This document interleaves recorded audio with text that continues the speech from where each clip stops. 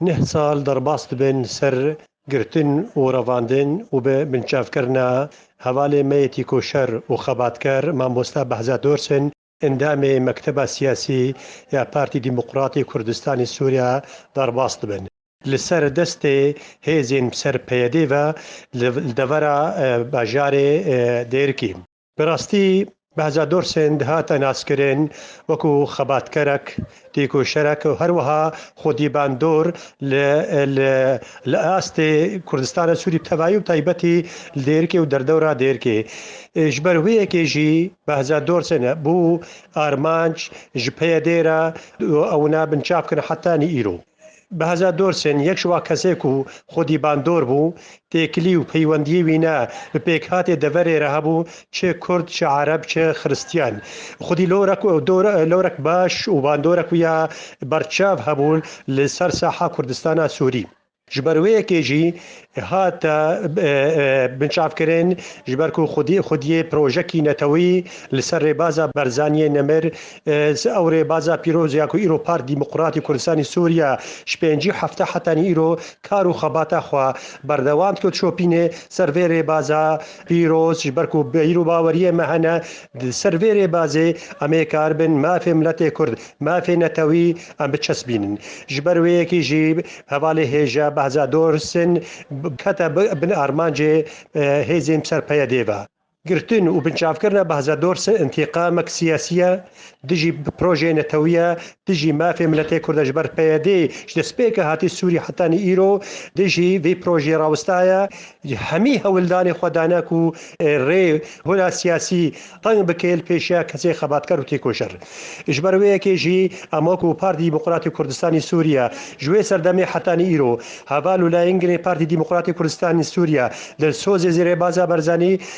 xwepêşandana û nerazîbûna xwe ji bajarê Dêrikê û her wal seranserê Kurdistana Sûrî dema ku Behzad Dorsen hate binçavkirin em nerawestan û duê demê de jî hetanî îro em kar û xebat dikin çi têkiliyê me siyasî û diplomasî çi duwelî bin çi herîmê bin çi her wiha çi Kurdistanî bin tim û daîm yek ji doza me ya sereka diyarkirina çarenivîsa kesên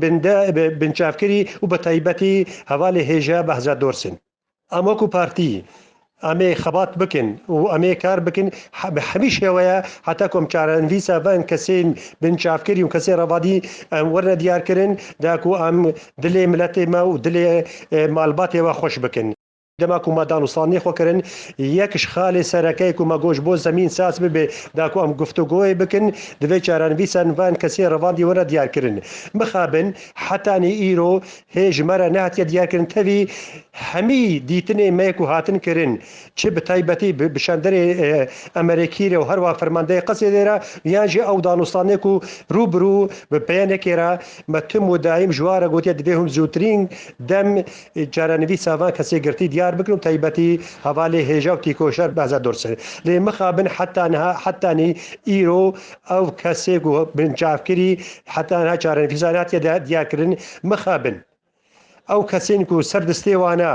qîz û keçên miletê Kurd û bi taybetî miletê Kurdê êzîdî yek ku destdirêzî ser wa kirin ji xwar kirin sebaya diha xebatkar û pêşmergê hêja ser destê wa şehîd ketin ew kesê Daeş û yek ku xwetkirina xelîfê wane ew ne serbest berdan lê mixabin hetanî îro ji me re çarenivîsa va kesa nedane diyarkirin.